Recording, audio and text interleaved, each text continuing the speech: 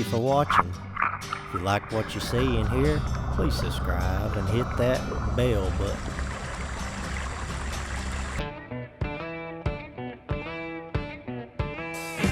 Warning: everything you're about to see and hear comes from newspaper articles, court transcripts, and interviews with those involved. Thank you for watching.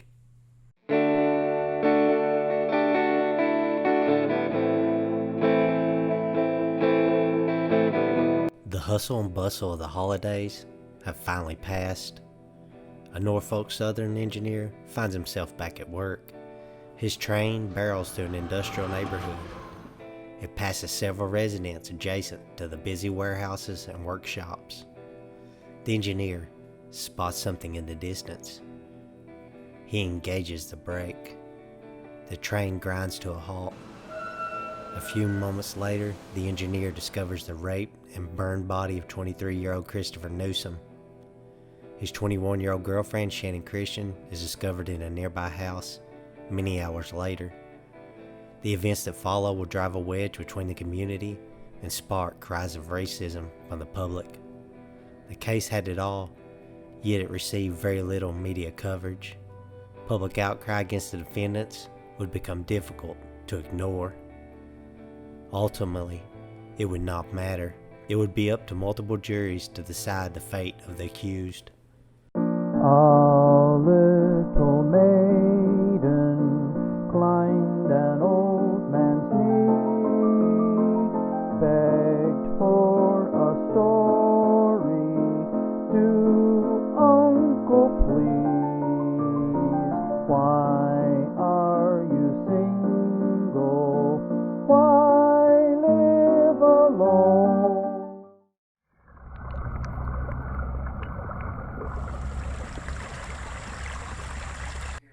January the 6th was supposed to be a fun night out with friends. Instead, it would transform into a nightmare for 23-year-old Christopher Newsom and 21-year-old Channon. Channon would wait for hours at the Washington Ridge apartment complex in East Knoxville. She was a ball of emotions as she waited for Chris to arrive so they could join friends at a party in the Hall's community. Finally, Chris's truck pulls up outside. A visibly upset Channon is in her vehicle. Chris knows he needs to smooth things over. He walks up to the driver's side window and tries to smooth talk his girlfriend into forgiving him.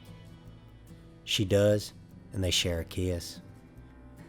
Within seconds, their lives would be shattered into a million pieces.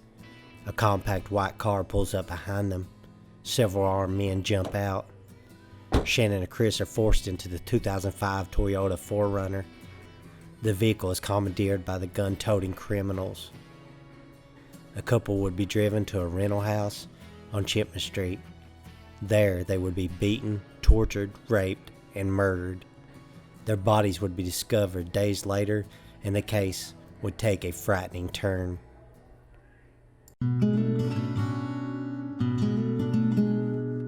The area is a place most Knoxville residents would rather forget about. Chipman Street is only 9 miles from Neyland Stadium, yet it is a world of its own.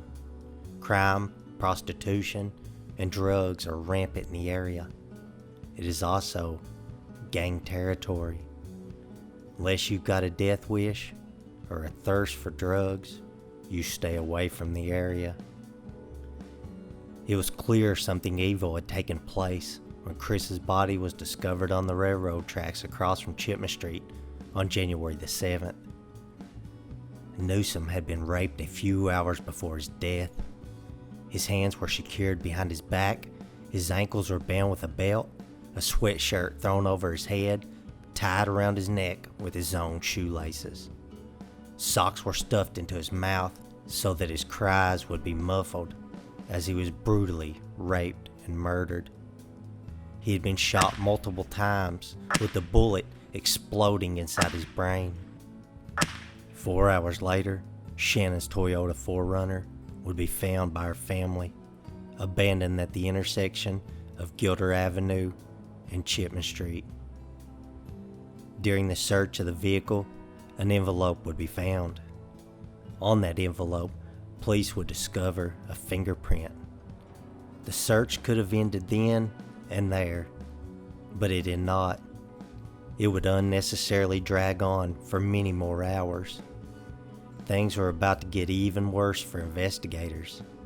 New Detective Todd Childress would make a careless mistake that would nearly foul up the case.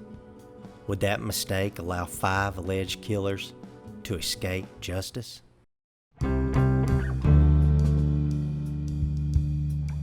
A fingerprint belonging to Crips gang member LaMarcus Davison would be found on the envelope.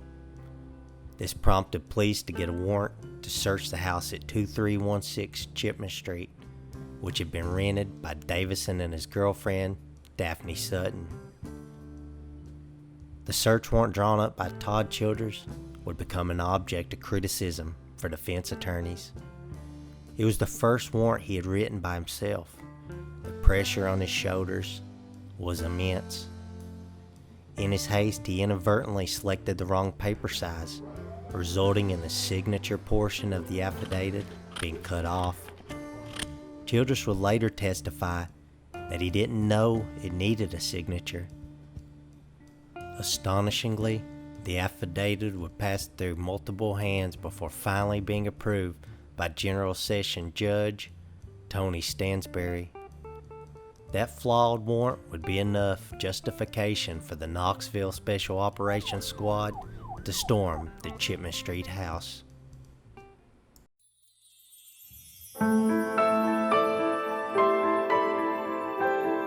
The small house was ordinary. Had it not been in such a high crime area, a respectable family could have called it home. Authorities enter the house and find it unoccupied. Wendy's cups and an empty bottle of alcohol sit on a small brown table. The television is still on. Clothing is piled into a corner. Officers enter the kitchen and spot a black trash can wedged in a corner, pinned by a table. A black bag sits on the floor near it.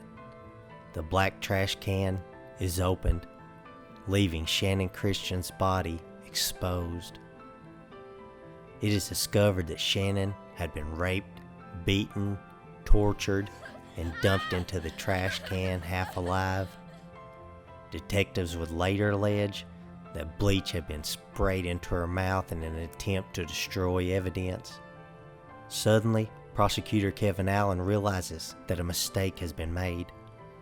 Police are ordered out of the house as detectives scramble to obtain a new warrant. A new warrant is obtained and the search continues.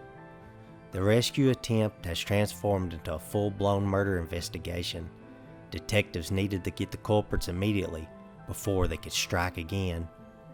Or was it already too late?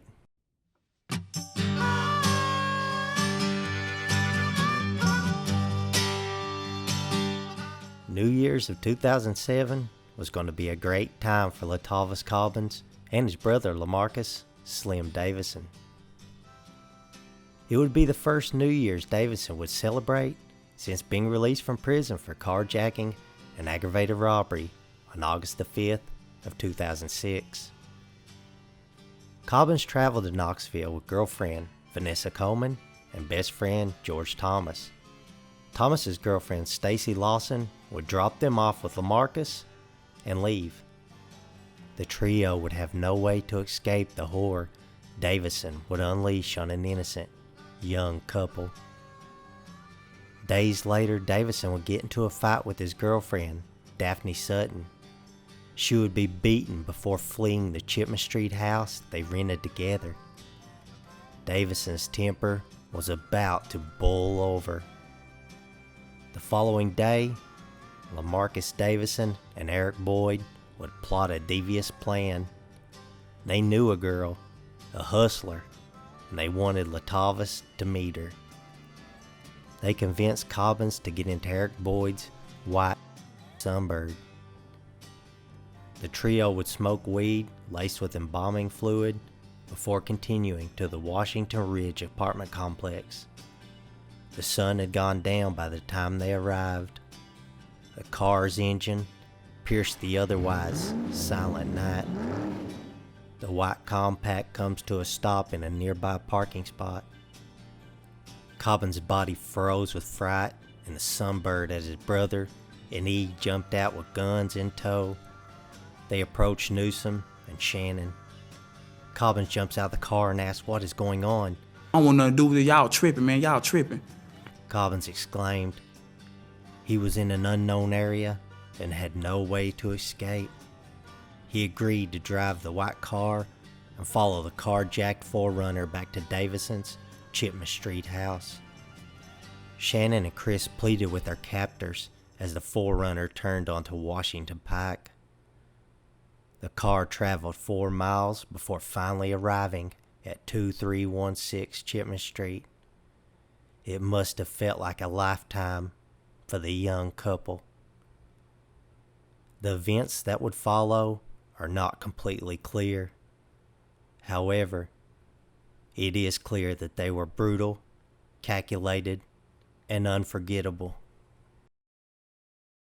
On the next episode, an SUV pulled up outside and the trio emerged with a blindfolded Caucasian girl. Latavis frees her hands from the duffel bag and gives her water. Eric Boyd had his eyes on Christopher Newsom.